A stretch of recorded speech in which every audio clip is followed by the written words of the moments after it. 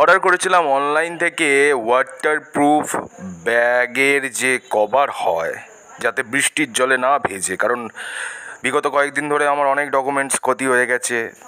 অনেক দিন আগেই মার্কেটে অ্যাভেলেবেল আছে ঠিকই, বাট আমি কিনিনি, সেটা আমার প্রবলেম। কিন্তু যেহেতু কিনেছি তাই এটার একটা অনেস্টলি র রিভিউ করলাম যাতে অন্যদের সাহায্য হয়। সবই ঠিক আছে, কিন্তু ব্যাপারটা হচ্ছে যারা কিনতে পারেন নো ডাউট ভালো, কারণ আমার ব্যাগটা হচ্ছে হালকা, দেখতেই পাচ্ছেন, বুঝতে পারছেন, জিন্সের কভার ব্যাগ, এটাও ফিট হয়ে গেছে পারফেক্টলি। তবে এই দুটো কেন দিয়েছে বুঝলাম না। এই দুটো কেউ যদি বোঝেন, কেউ যদি জানেন তো প্লিজ আমার এর মধ্যে আমার এই ভিডিওর তলায় কমেন্টে একটু জানাবেন, তাহলে আমার সুবিধা হবে।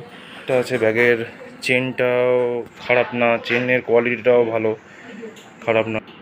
এই যে চেনটাও খুব সুন্দর, ইজিলি। তবে এই চেনগুলো বেশি দিন টেকে না, আপনারা একটুখানি কেয়ারফুলি। এইবার হবে ওয়াটারপ্রুফ টেস্ট। জল দিয়ে দিলাম, দেখা যাক কতটা টানতে পারে, নাকি জল ঢুকে যায় ভেতরে, সবই দেখব। দেখুন যে কোয়ালিটি ভালো, খারাপ না, ছাতার মতোই। দেখেই বুঝতে পারছেন যে ওয়াটার শক ঢুকছে না। তো এই হচ্ছে ব্যাগ, ওয়াটার ঢুকছে না। এই হচ্ছে ওভারঅল আমাদের রেনকোট ব্যাগ। তো দেখতে পাচ্ছেন জল ঢোকেনি, ব্যাগেও জল ঢোকেনি। কিনতে পারেন নো ডাউট, অনেক রকমের প্রাইসেরই আছে। তবে একটা কথা বলে দেবো, বেশি প্রাইসের নিন কি কম প্রাইসের নিন, জিনিস সেই একই, ঠিক আছে? হ্যাঁ, হয়তো বেশি প্রাইসের নিলে ব্র্যান্ডিং পাবেন, এর মানে এই না যে কম প্রাইসের নিলে সেটা ঠকাবে।